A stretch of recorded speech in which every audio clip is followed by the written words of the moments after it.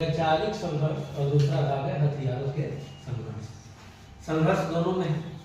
वैचारिक संघर्ष क्या होता है? जब विचारों की लड़ाई होती है, ठीक है।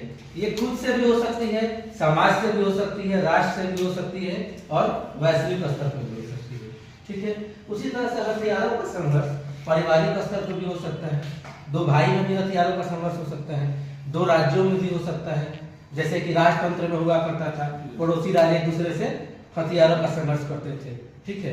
और ये वैश्विक स्तर पे भी हो सकता है, जैसे अभी रूस और यूक्रेन आपस में क्या कर रहे हैं? हथियारों का संघर्ष लड़ रहे हैं, ठीक है। टॉपिक का विषय है कि वैचारिक संघर्ष हथियारों के संघर्ष से कहीं ज्यादा प्रभावी है। हथियारों के संघर्ष के परिणाम जो होते हैं वो बहुत विनाशकारी होते हैं, ठीक है। अंततः उसमें आपको हमेशा नकारात्मक भाव ही दिखेगा। कोई एक पक्ष को तो नुकसान उठाना ही पड़ेगा, ठीक है।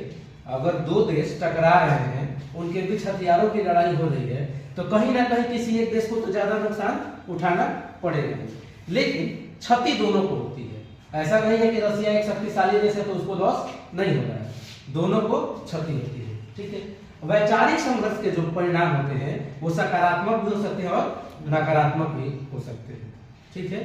जैसे है, अगर कहीं स्वर्ग तो उतार ला जमीन पर, तो जिंदा है तो जिंदगी की जीत पर यकीन कर। एक व्यक्ति जो जिंदा रहने के लिए संघर्ष कर रहा है, तो पहला उसका वैचारिक संघर्ष होता है। हम जो भी कार्य करते हैं पहले उसका विचार अवश्य मन में करते हैं, बिना विचारे जो करे सो पाछे पछताए। तो अगर आप विचारों की लड़ाई जीत जाते हैं तो कहीं ना कहीं वास्तविक लड़ाई जरूर जीत जाइएगा। लेकिन जो विचारों में ही हार गया, अगर गांधी जी वैचारिक संघर्ष में ही हार गए होते, उन्हें लग जाता कि सत्याग्रह से जीत नहीं मिलने वाली है, सत्य और अहिंसा का प्रयोग जो है वह असफल होने वाला है, तो जितने भी आंदोलन हुए उस आंदोलन का आधार क्या था? सत्य और अहिंसा। उनके पास तीसरा कोई हथियार तो नहीं था, ठीक है। तो पहले हमें जीतना कहाँ पड़ता है? विचारों से। अगर हथियारों की लड़ाई में जीतनी है तो नेल्सन मंडेला हो गया, नेपोलियन बोनापार्ट हो गया, ठीक है। वो लोग कैसे जीते? पहले मन से जीते। तो मन हम पहले ही बताए थे कि मन क्या है? काल्पनिक चीज है। तो मन से नहीं जीते, कहां से जीते? विचारों से जीते।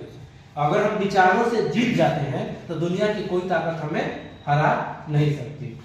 तो पहले तो मन अपने से अगर जीतना होगा, जैसे कोई विचार उत्पन्न हुआ, उसके लिए पहले तो मन से जीतना पड़ेगा। जैसे मन है, बिल्कुल। तो आप आकलन कैसे करते हैं? जैसे आप परीक्षा की तैयारी कर रहे हैं, आप 5 बार एक परीक्षा दी, उसका पीटी में असफल हो गए, तो कहीं ना कहीं मेंस तक पहुंचने के लिए आपकी कमी कहाँ है? पीटी क्वालिफाई करने में। तो आपको पहले वर्क कहाँ करना पड़ेगा? पीटी के लिए। अगर हम घर बना रहे हैं, मकान बना रहे हैं,